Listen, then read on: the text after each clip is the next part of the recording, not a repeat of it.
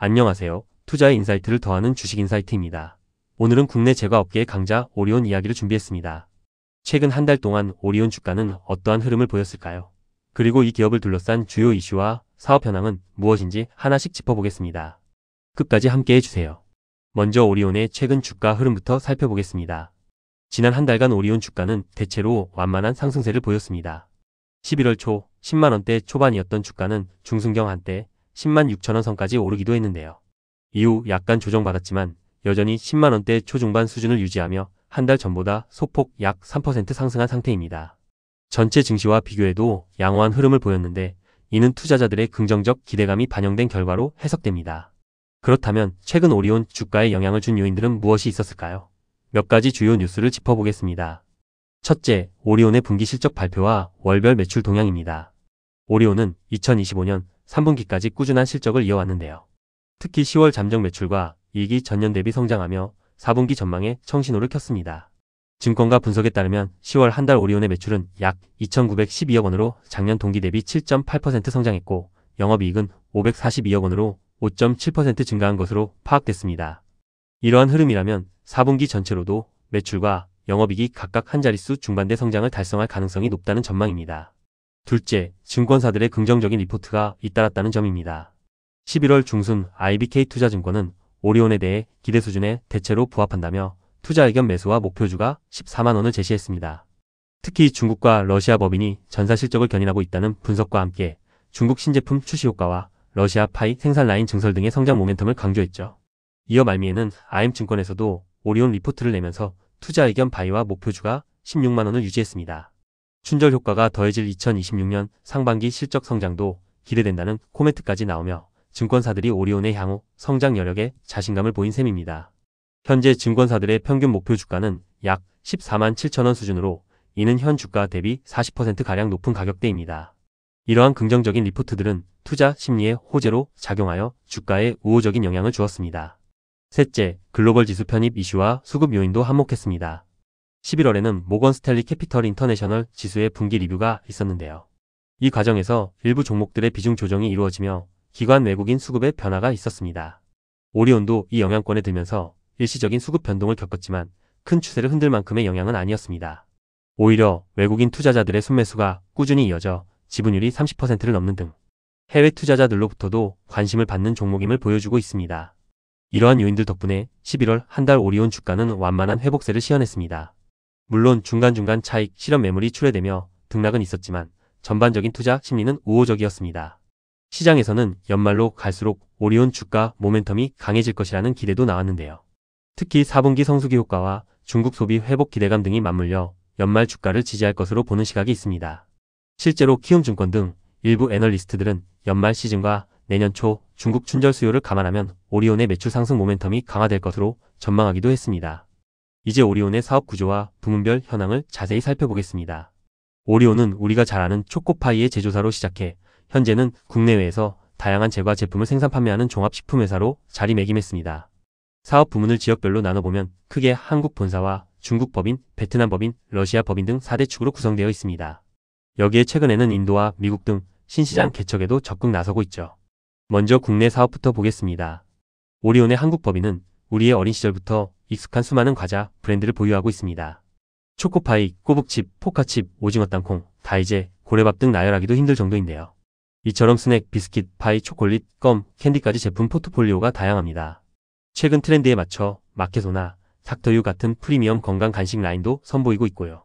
심지어 생수 사업에도 진출해서 제주 용암수라는 프리미엄 물도 판매하는 등 사업 저변을 넓히고 있습니다. 국내 제과 시장은 워낙 경쟁이 치열하고 성장이 정체된 분야입니다. 젊은 층의 입맛 변화와 인구 감소 등의 구조적 문제도 있어서 내수만으로 큰 폭의 성장을 이루긴 어렵죠.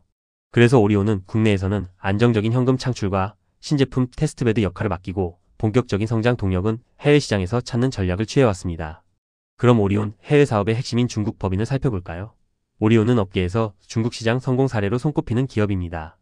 이미 1990년대 중반에 중국에 진출하여 현지 생산 공장을 세웠고 현재까지도 중국 매출 비중이 회사 전체의 과반 이상을 차지할 정도로 중요합니다. 실제로 2023년 기준 오리온 전체 매출의 약 64%가 해외에서 발생했는데 이 대부분은 중국이 큰 몫을 담당했습니다. 그만큼 중국 시장의 성공이 오리온 성장의 견인차였죠. 대표 제품 초코파이는 중국에서 국민 간식으로 사랑받았고 예감이나 고래밥 같은 스낵들도 인기를 끌었습니다. 최근 중국 시장에서는 소비 경기 둔화가 이슈였지만 오리온은 높은 마진 유지와 철저한 현지화 전략으로 대응하고 있습니다. 중국 법인은 유통 구조를 개선하여 영업 효율을 높였고 그 결과 영업이익률이 크게 개선됐습니다. 실제로 2024년 1분기에는 중국 법인의 영업이익이 전년 대비 41.5% 증가하여 전체 실적 개선에 크게 기여하기도 했습니다. 이는 오리온이 중국에서 간접 영업체제로 전환해 비용을 절감한 덕분인데요. 일종의 유통망 구조 조정을 통해 실속을 챙긴 것입니다. 또한 중국인 입맛에 맞춘 신제품 개발에도 적극적입니다. 예를 들어 편의점 전용 간식이나 중국 명절 시즌을 겨냥한 한정판 과자들을 내놓으며 제품 경쟁력을 높이고 있습니다. 2025년에는 춘절 효과까지 더해져 중국 매출의 회복세가 기대된다는 전망도 나오는데요. 실제로 증권가에서는 중국이 어려운 환경 속에서도 높은 수익성을 유지하고 있다면서 오리온의 중국 사업을 긍정적으로 평가하고 있습니다. 다음으로 베트남 법인을 살펴봅시다. 베트남 역시 오리온의 핵심 해외 시장 중 하나로 초코파이로 대박을 낸 국가죠. 베트남에서는 오리온이 초코파이를 정의 상징이라는 마케팅 코드로 내세워 크게 성공했습니다. 베트남 사람들에게 초코파이는 국민 간식으로 자리 잡았고 시장 점유율도 상당합니다. 오리온은 베트남에 2005년 일찌감치 진출해서 현재 여러 개의 현지 공장을 운영 중인데요. 파이를 비롯해 비스킷, 스낵 등을 현지에서 직접 만들어 공급합니다. 베트남 매출 비중은 중국만큼 크진 않지만 동남아 거점으로서 전략적 가치가 높습니다. 성장률 측면에서는 한때 두 자릿수 고성장을 했으나 요즘은 현지 경쟁 심화와 경기 요인 등으로 성장세가 다소 둔화된 모습입니다. 그럼에도 불구하고 베트남 법인은 안정적인 캐시카우 역할을 톡톡히 하고 있습니다. 앞으로 베트남에서의 성장은 계절 상품의 히트 여부에 달렸다는 분석이 있는데요. 예컨대 추석이나 때 같은 명절 시즌에 선물용 제품 판매를 얼마나 늘리느냐가 관건이라고 합니다. 오리온은 베트남에서 파이류 외에 스낵, 양산빵 등 신제품을 선보이며 포트폴리오를 확장하고 있고 한편으로는 베트남 생산기지를 활용해 동남아 인근 국가로의 수출도 모색 중입니다. 이어서 러시아 법인 이야기입니다. 러시아는 오리온이 2003년에 진출한 시장으로 초코파이의 또 다른 전설을 만든 곳입니다. 러시아인들도 오리온 초코파이를 무척 사랑해서 러시아 우주비행사가 우주정거장에 가져간 일화가 있을 정도죠. 현재 오리온 러시아 법인은 모스크바 인근에 공장을 두고 러시아 및 CIS 국가의 제품을 공급하고 있습니다. 최근 러시아 사업이 다시 주목받는 이유는 러시아 매출의 고성장세가 돋보이고 있기 때문입니다. 2022년 이후 지정학적 이슈로 서방계 과자, 기업들이 러시아 사업을 축소하거나 철수한 틈을 타 오리온은 공급 공백을 메우며 시장 점유율을 확대했습니다. 결과적으로 러시아 법인은 2023-2025년 사이 가파른 성장률을 기록 중인데요. 증권사 보고서에 따르면 러시아의 고성장세가 여전히 유의미하여 원가 부담에도 불구하고 오리온 이익 레벨이 견조하게 유지되는 요인이라고 합니다. 실제로 오리온은 러시아에서 제품이 불티나게 팔리자 2025년 11월에 파이 신제품 생산 라인을 증설하여 생산량을 끌어올릴 계획을 발표했습니다. 대표 제품 초코파이는 물론이고 참붕어빵이나 후레시파이 같은 한국에서 인기 있는 파이류 제품을 러시아에서도 생산하여 판매할 예정입니다. 러시아 소비자들의 입맛에도 한국 과자가 잘 맞는다는 것이 증명된 셈이죠. 다만 러시아 사업은 환율 변동성 등 리스크도 상존하므로 앞으로도 추이를 지켜볼 필요는 있겠습니다. 그럼에도 현재까지는 러시아 사업이 오리온의 새로운 캐시카우로 급부상한 모습입니다. 마지막으로 신시장 개척 노력을 언급해야겠네요. 오리온은 중국, 베트남, 러시아에 이어 네 번째 해외 진출국으로 인도를 선택했습니다. 2018년 인도 법인을 설립하며 인구 대국 인도 시장에 도전장을 냈는데요. 2021년에는 인도 북부 라자스탄주의 공장을 완공하여 현지 생산을 시작했습니다. 인도의 국민 정서와 입맛에 맞게 망고맛 초코파이나 딸기맛 파이 같은 제품도 내놓았습니다. 오리온은 인도에서 처음에는 전국 단위로 사업을 펼쳤지만 물류비 부담이 커서 최근에는 북동부 지역 중심의 영업 전략으로 수정했다고 합니다. 아직 인도 매출은 크지 않고 초기 투자로 손익분기 전까지 시간이 필요하지만 장기적으로 인도 시장 잠재력이 워낙 크기 때문에 오리온도 꾸준히 지속 투자로 흑자 전환을 목표로 하고 있습니다. 현지 공장의 파이 생산 라인을 추가 구축해 제품 다양화를 꾀하고 카스타드나 화이트 초코파이 등 신제품으로 승부를 보겠다는 계획도 밝혔습니다. 인도 시장은 롯데 등 경쟁사들도 주목하는 곳이라 오리온 입장에선 장기 관점의 승부수라 할 수 있습니다. 미국 시장 진출 노력도 빼놓을 수 없습니다. 오리온은 2021년 미국에 판매법인을 설립하며 북미 시장에 발을 들였는데요. 아직 미국에는 자체 공장은 없고 한국에서 생산한 제품을 수출하는 형태입니다. 주력 상품은 초코파이와 꼬북칩인데 K-팝과 더불어 K-스낵 열풍을 일으키기 위해 공을 들이고 있습니다. 특히 꼬북칩은 미국에서 현지 유통 채널인 파이브 빌로우와 미니소 등에 입점시키며 시장 공략의 속도를 내고 있습니다. 오리온에 따르면 꼬북칩이 미국에서 인기가 높아져서 단일 품목 연매출 400억 원을 넘길 경우 현지 생산 공장 설립도 검토할 계획이라고 합니다. 현재는 연간 200억 원 정도 수출을 예상한다고 하니 절반쯤 목표를 향해 가고 있는 셈입니다. 또한 젤리, 참붕어빵, 스낵 등 미국에서 통할 만한 경쟁력 있는 제품군을 늘려가며 시장을 확대하겠다는 전략도 밝혔습니다. 북미 시장은 경쟁이 치열하지만 워낙 규모가 크기 때문에 오리온으로서는 반드시 뚫고 싶은 곳입니다. 아직 초기 단계지만 온라인 에이전 마켓이나 한인마트를 중심으로 브랜드 인지도를 쌓으며 조금씩 성과를 내고 있습니다. 향후 K컬처의 인기에 힘입어 오리온 과자도 미국 주류 유통망에 안착한다면 새로운 성장 스토리가 전개될 가능성도 있습니다. 정리하면 오리온의 사업 포트폴리오는 국내 안정사업과 더불어 중국, 베트남, 러시아 같은 빅마켓에서 쏠쏠한 성과를 내는 구조입니다. 게다가 인도, 미국 같은 미개척지에도 선제적으로 투자하여 미래 성장 옵션을 확보하고 있죠. 이는 경쟁사 대비 상당한 강점입니다. 실제로 오리온은 해외 매출 비중이 64%로 국내 제과기업 중 가장 글로벌화된 기업입니다. 참고로 경쟁사인 롯데웰푸드는 해외 매출 비중이 약 24.5%, 크라운에테는 7% 수준에 불과합니다. 오리온이 이렇게 일찍부터 해외 시장을 개척해온 덕분에 지금의 위상을 얻었다고 해도 과언이 아니겠네요. 자, 그럼 오리온의 주요 경쟁사들과의 비교도 간단히 해보겠습니다. 국내 제과업계 빅3로 불리는 업체는 오리온, 롯데웰푸드, 크라운에테입니다. 이 중에서 오리온과 롯데의 경쟁 구도가 가장 흥미로운데요. 과거에는 롯데제과가 부동의 1위였지만 최근 몇 년간은 오리온이 매출과 이익 면에서 롯데를 앞서는 모습입니다. 예를 들어 2024년 오리온의 연결 매출은 약 3조 1천억 원, 영업이익 5,436억 원으로 사상 최대 실적을 기록했는데요. 반면 롯데웰푸드의 경우 아직 연매출 3조 원 내외, 영업이익은 1천억 원대 수준에 머무르고 있습니다. 숫자만 봐도 오리온이 수익성에서 압도적인 걸 알 수 있죠. 실제로 오리온의 영업이익률은 17% 수준으로 식품업계 최고 수준인데 롯데웰푸드는 5% 남짓에 불과합니다. 오리온이 이렇게 높은 이익률을 낼 수 있는 건 해외 고마진 사업 덕분에 규모의 경제와 원가 절감 효과를 누리고 있기 때문입니다. 또한 GBB 같은 전사적 비용 절감 노력도 수익성 개선에 한몫했다고 합니다.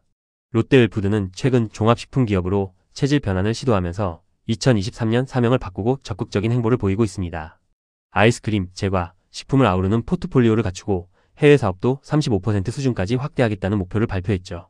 특히 인도 시장에 공을 들여 초코파이와 빼빼로 등을 앞세워 따라잡기에 나서는 모습입니다. 그만큼 오리온의 독주를 견제하려는 경쟁이 치열합니다. 크라운 혜태제과는 국내 시장 점유율 3위권으로 혜태제과 인수 이후 몸집을 키웠지만 아직 해외 매출이 미미하여 내수 의존도가 높습니다. 다만 2024년 아산에 신공장을 준공하며 수출 확대를 모색 중이라 향후 판도 변화 가능성도 있겠네요. 또 다른 관점에서 경쟁사를 보자면 농심도 일부 겹칩니다. 농심은 주력 사업이 라면이지만 새우깡, 양파링 같은 스낵류도 강자라서 과자 시장에서 간접적으로 맞부딪힙니다. 다만 농심은 라면 글로벌 1위에 집중하고 있고 제과 부문은 부업에 가까워 직접 비교 대상은 아닙니다. 국제적으로는 몬델레즈, 네슬레, 메즈 같은 거대 식품사들이 있지만 이들은 워낙 범위가 넓어 정면 승부 구도는 아니죠. 오리온은 철저히 신흥시장 현지화 전략으로 글로벌 공룡들과는 다른 길을 개척했다고 볼 수 있습니다. 이를 통해 중국과 러시아 등 틈새 시장에서 탄탄한 입지를 쌓았고요. 이제 오리온의 재무 상태와 밸류에이션을 깊이 들여다보겠습니다. 아무래도 가치 투자 관점에서 가장 중요한 부분이겠죠. 먼저 주요 재무 지표들을 하나씩 살펴볼까요? 오리온의 현재 PER은 7, 8배 수준으로 추정됩니다. 2024년 연간 실적 기준으로 계산한 값인데요.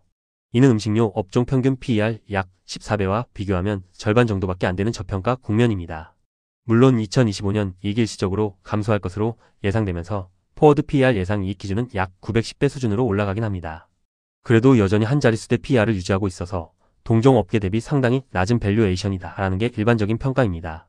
증권가에서는 오리온이 과거 평균 PER 14배 정도를 받아도 무방한 기업이라고 보는데 현재 90배라는 것은 시장이 오리온의 성장성을 아주 보수적으로 보고 있음을 시사합니다.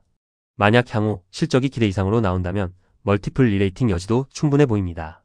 오리온의 PBR은 대략 1.2배 안팎입니다. 이것도 상당히 낮은 편인데요. 참고로 코스피 전체 평균 PBR이 1배 남짓이고 음식료 업종은 2배 내외입니다. 오리온처럼 ROE가 높고 지속적으로 이익을 내는 기업이 PBR 1배 초중반이라는 건 주가가 순자산 대비 별로 프리미엄을 못 받고 있다는 뜻이죠. 일반적으로 ROE가 높으면 PBR도 높게 형성되기 마련인데 오리온은 ROE 약 15% 수준임에도 PBR이 1배 남짓이라 확실히 저평가로 볼 수 있습니다. 이는 시장이 오리온의 자산 가치와 이익 창출 능력을 과소평가하고 있다는 의미일 수 있습니다. 다르게 말하면 주가에 반영될 좋은 소식이 남아있다고도 해석할 수 있겠지요. 앞서 언급했듯 ROE는 약 15% 내외로 추정됩니다. 2024년 실적 기준으로 계산하면 그 정도인데요. 이는 업계 최고 수준입니다. 소비재 기업은 브랜드 파워만 있으면 고수익률 사업이 가능하다는 걸 오리온이 보여주고 있습니다. 경쟁사 롯데월푸드의 ROE가 한 자릿수에 그치는 것과 대비되죠. 오리온의 ROE가 높다는 건 경영 효율이 좋고 자본 대비 이익 창출력이 크다는 뜻입니다. 투자자 입장에선 매우 매력적인 지표입니다. 2024년 오리온의 EPS는 약 13,269원으로 사상 최고치를 기록했습니다. 이는 전년 대비 큰 폭으로 증가한 수치인데요. 사실 2022-2023년에는 원자재 가격 상승 등으로 이익 증가세가 잠시 둔화됐지만 2024년에 전반적인 비용 효율화와 가격 전략 덕분에 EPS가 크게 뛰었습니다. 다만 2025년은 EPS가 약간 조정되어 1만원 내외로 예상됩니다. 이것은 앞서 말한 대로 일부 비용 증가와 전년도 기고효과 때문에 일시적으로 순이익이 감소할 가능성을 반영한 것입니다. 하지만 컨센서스에 따르면 2026년에는 EPS가 다시 11,000원대 중반으로 늘어날 전망입니다. 즉 2025년에 숨 고르고 2026년에 재성장한다는 그림이죠. 이런 추정이 맞다면 중장기적으로 이익 성장률은 연평균 한 자릿수 중후반을 유지할 것으로 보입니다. 꾸준한 현금 창출형 기업이라고 할 수 있겠네요. 오리온의 BPS는 2024년 말 기준 87,814원이고 2025년 3분기 말 기준으로는 91,733원까지 상승했습니다. 해마다 이익을 쌓아오며 순자산이 늘어난 덕분에 BPS가 꾸준히 우상향 중입니다. 특히 2021년 BPS가 약 5.6만원이었는데 불과 3년 만에 8.7만원으로 증가했으니 자본 확충 속도가 상당합니다. 이 기간 동안 배당도 지급했음을 감안하면 더욱 놀랍죠. 재무 구조 측면에서 부채 비율은 공개된 수치를 보면 2024년 말 연결 기준 약 100% 내외로 추정됩니다. 자기 자본과 부채가 비슷한 수준이라는 뜻인데 제조업으로서는 무난한 수준입니다. 게다가 오리온은 현금 창출력이 좋아 이자 마이너스 베링 부채를 지속적으로 상환해 나가고 있습니다. 실제로 회사 측 언급에 따르면 차입금 규모가 해마다 감소 추세라고 합니다. 유동 비율 등도 양호하여 재무 건전성은 우수한 편입니다. 요약하면 돈을 잘 벌어서 빚을 크게 질 필요가 없는 회사인 것이죠. 오리온의 2024년 영업이익률은 17.5% 수준이었습니다. 이는 동종 식품업계에서 단연 독보적인 수치입니다. 일반적으로 먹거리를 파는 음식료 기업들은 영업이익률 50%면 준수한 편인데 오리온은 그 2배에 육박하니 얼마나 효율적으로 경영하는지 알 수 있습니다. 이는 제품력과 브랜드 파워 덕분에 일정 수준 가격 결정권을 가지고 있고 동시에 규모의 경제로 원가율 관리를 잘하고 있기 때문으로 분석됩니다. 원자재 값이 오르던 시기에도 글로벌 통합 구매를 통해 원가 부담을 줄이고 판관비 역시 각 법인별로 철저히 통제하며 높은 이익률을 유지했습니다. 순이익률도 2024년에 13% 이상으로 높았습니다. 덕분에 영업현금 흐름이 매우 풍부합니다. 2024년 영업활동현금 흐름은 약 6,850억 원을 기록했는데요. 이는 매출의 22% 수준으로 현금 창출력이 막강함을 보여줍니다. 이렇게 번 돈으로 투자도 하고 배당도 할 텐데 과연 남는 돈이 얼마나 될까요? 2024년 오리온의 FCF는 약 7, 8천억 원에 달한 것으로 추정됩니다. 매년 영업현금 흐름의 상당 부분이 잉여현금으로 남고 있습니다. 오리온은 이 자유현금을 활용해 공장 증설 등 CAPEX 투자도 하고 동시에 배당과 자사주 매입으로 주주 환원도 병행하고 있습니다. 사실상 현금이 넘치는 우량 기업이라고 볼 수 있겠습니다. 이쯤에서 오리온의 주주 환원 정책도 짚고 넘어가야 할 것 같습니다. 배당부터 보면 오리온은 최근 몇 년간 주당 배당금을 대폭 인상했습니다. 2022년까지 주당 1,250원을 주던 것을 2023년에 2,500원으로 2배로 늘렸습니다. 배당 성향도 2024년에는 약 19% 수준으로 올라갔죠. 물론 절대 배당 성향은 아직 높지 않지만 회사 측은 중기적으로 배당 성향을 20% 이상으로 점진적 상향할 계획을 공시한 바 있습니다. 또한 주주가치 제고 차원에서 자사주 매입 및 소각도 추진하고 있습니다. 2025년 6월 한국거래소에 기업가치 제고 계획을 공시하면서 자사주를 취득해 소각하겠다는 방침을 밝혔는데요. 이미 보유 중이던 자기 주식 중 일부를 소각해 주식수를 줄이는 작업을 올해 실행한 것으로 알려졌습니다. 이런 적극적인 주주환원 정책은 가치 투자자들에게 매우 반가운 소식입니다. 회사가 잉여현금을 투자자와 공유하겠다는 의지로 읽히니까요. 실제로 이런 소식이 전해지자 시장에서도 오리온이 드디어 주주환원에 나섰다는 긍정적인 평가가 있었습니다. 여기서 잠깐 오리온의 기업가치 제고 계획을 조금 더 살펴볼까요? 2025년 6월 말 오리온은 이례적으로 중장기 성장 청사진을 공시를 통해 발표했습니다. 주요 내용은 수익성 기반 외형 성장과 지속 가능한 주주환원으로 요약되는데요. 구체적으로 5년 내 매출 5조 원, 영업이익 1조 원 달성이라는 목표를 제시했습니다. 이는 현재 규모의 거의 2배에 해당하는 거침없는 포부입니다.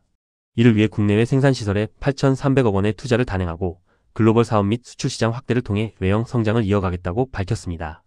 또 한편으로는 주주환원 강화도 명시하여 2027-2029년 사이 배당 성향을 단계적으로 높이고 자사주 소각도 검토하겠다고 했습니다.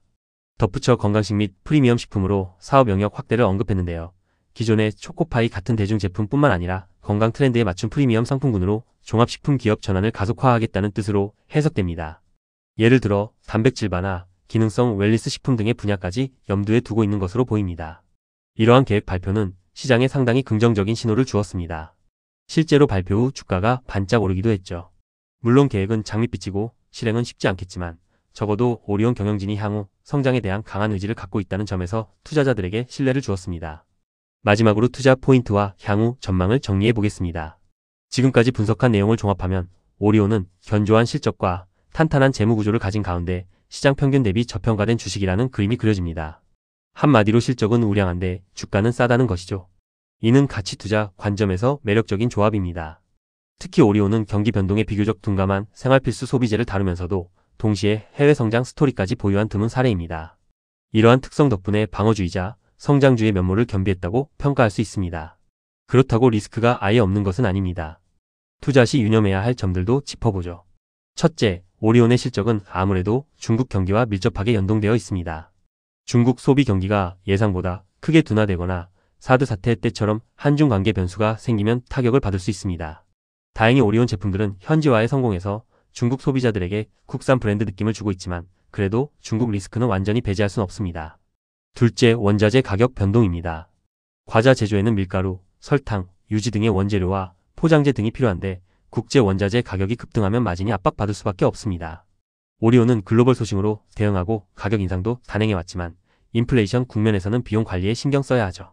셋째, 환율 변동입니다. 해외 사업 비중이 높다 보니 환율에 따른 회계상 실적 변동이 있을 수 있습니다. 특히 러시아 루블화 등은 변동성이 커서 이 부분은 예의주시할 필요가 있습니다. 넷째, 경쟁 심화입니다. 오리온이 잘 나가는 시장일수록 경쟁사들도 눈독을 들입니다. 인도 시장만 봐도 롯데가 현지 기업을 인수하거나 공격 투자에 나설 수 있고 동남아에서도 현지 과자 업체들이 성장하고 있습니다. 미국 시장에서는 글로벌 식품 공룡들과 정면 승부를 해야 하고요. 따라서 오리온이 지속적으로 혁신 제품 개발과 현지 특화 마케팅을 해나가야만 현재의 성장 궤적을 유지할 수 있을 것입니다. 또 하나 흥미로운 점은 오리온이 사업 다각화를 모색하는 움직임입니다. 최근 바이오 사업에 일부 투자를 단행한 것이 그 예인데요. 오리온 본사가 리가켄 바이오 사이언스라는 바이오 벤처에 지분 투자하여 식품과 바이오 융합 가능성을 탐색하고 있습니다. 오리온 홀딩스 차원에서도 제약 바이오 JV를 설립하고 신사업을 키우는 중이죠. 이는 제과 중심 사업 구조에서 벗어나 새로운 성장 동력을 찾는 노력으로 보입니다. 물론 아직은 초기 단계라 당장의 성과를 기대하긴 어렵지만 향후 어떤 시너지가 날지 지켜볼 부분입니다. 투자자 입장에선 전통 제과업이 캐시 창출원 역할을 하고 신사업은 잠재적 폭발력을 지닌 콜옵션이 되는 구조라 볼 수도 있겠습니다. 결론적으로 오리온은 중장기 가치 투자 관점에서 충분히 매력적인 기업으로 평가됩니다.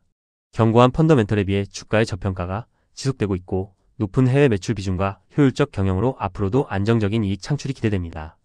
여기에 적극적인 주주환원 정책까지 더해져 투자 매력이 올라가고 있죠. 다가오는 1-2년간 글로벌 경기 상황에 따라 주가 변동성이 있을 수는 있지만 5년, 10년의 긴 안목으로 보면 오리온은 배당 수익과 주가 상승을 함께 노릴 수 있는 우량주로 자리할 가능성이 높아 보입니다.